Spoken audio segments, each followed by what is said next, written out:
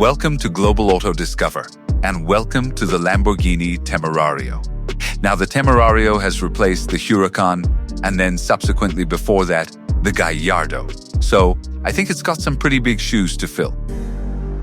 So, what is this car? Well, first things first, the 5.2L naturally aspirated V10 that we had before has now gone. And it's been replaced by a 4L hot V flat plane crank V8 with a couple of turbos put on for good measure.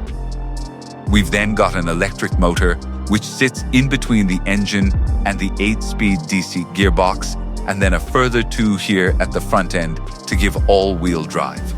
When all of that is working together, we've got 907 brake horsepower and 538 foot-pounds of torque, which means that 0 to 62 mph is dealt with in just 2.7 seconds. In terms of the design, the Temerario is very different to those that came before. However, it's very intrinsically Lamborghini. So, you'll see all over the place, you've got the hexagon front daytime running lights here.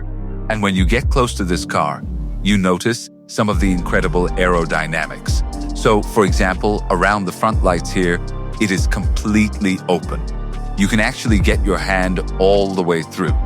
And then even with these daytime running lights, they are a specially designed intake.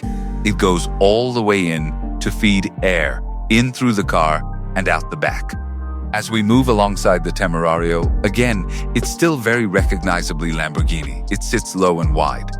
But the big thing that I love about this car is you can see so many design cues from Lamborghinis from the past.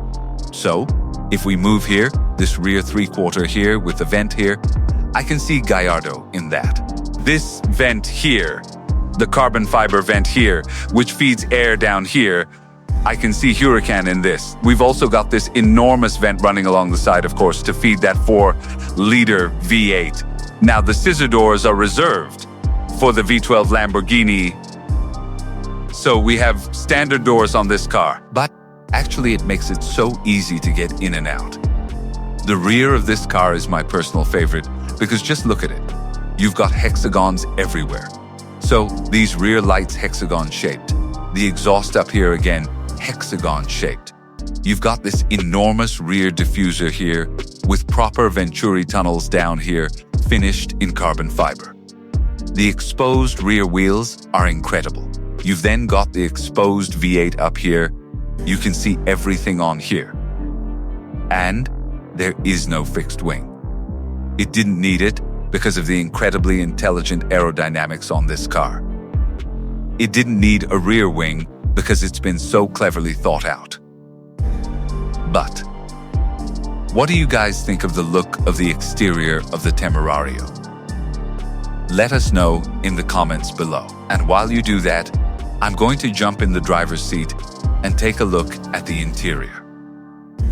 I love the carbon fiber shift paddles up here, which are fixed to the steering column, not part of the steering wheel. So when you're turning around, you know exactly where they are.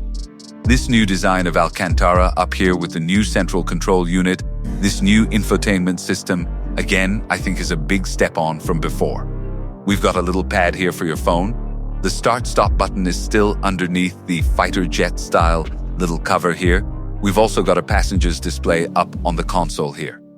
But I just love the way this car feels inside. The view out is spectacular. You feel like you're in a fighter jet in here, and that for me is what a Lamborghini should feel like. You should get in and think, wow, am I in something special? And the Temerario has achieved that in my opinion. But now we come to the time in the video where it's time to start the car and head out and see what it's like to drive. So, what's the Temerario like to drive? Well, I've got to be honest, it's superb. I don't think I have driven a Lamborghini that is this usable to drive. I mean, let's start by just the second you jump in, it starts in fully hybrid mode. So straight away, that's something different. It starts in battery, and you can pull away in absolute silence. You get around 6 mi on fully electric range. But very quickly, the engine starts. So that internal combustion engine, that 4-liter twin turbocharged V8 fires into life right behind you. But sat in strata mode, your everyday mode, I'm just at awe at how fantastic it is to drive on the road. The compliance, how composed it feels over. Let's be honest, in the UK, if you've ever been here, we have horrendous roads. But this car, the way that it just irons out everything, it feels genuinely very usable on a daily basis. I would happily drive this car every day. Absolutely every day. You would not feel tired or exhausted after a long-distance journey. The seats are actually really comfortable as well. Yes, it sits quite low on the road as well, but you don't feel like you're going to be scraping every single bump and divot in the road. It's just as an everyday supercar, I think it's one of the best I've ever driven. It is that good. Even that was a huge divot in the road. And in other supercars, you'd be wincing. You'd be so afraid that you'd scrape the front. But in this, it's nothing. It just feels completely normal, like there's just no problem at all. And I love the interior, the way it looks. We've obviously already touched on that on the outside of the car. But yeah, as an everyday supercar, just pootling around, gearbox in automatic, this 8-speed dick does a really good job at just shifting ratios on its own as well. It's just easy. I mean, that's the word that I'll keep coming back to when describing this experience. Just while pootling around, it's easy. Very, very easy to drive. I have to say as well, the visibility out of this car, yes, it's very low. It's a supercar. There's no getting away from that, but the visibility is really good. The dashboard drops away quite nicely, so you've got very good visibility out the front. Loads of visibility out the rear, and even though the rear window is quite small, you still know exactly what's going on through there. But now has come the time to go into this little red toggle here and flick it to the right a couple of times.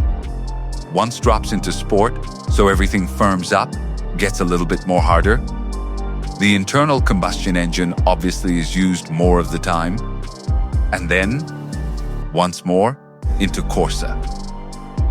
And then, go down here, click the M down here to go into manual. I love Lamborghini shift paddles as well.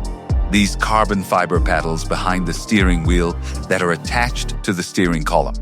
They don't go with the wheel, they're just attached to the steering column, which I think is just a great thing. I mean, straight away the noise in here really starts to come alive. As soon as you start playing around with that engine, it really starts to wake up.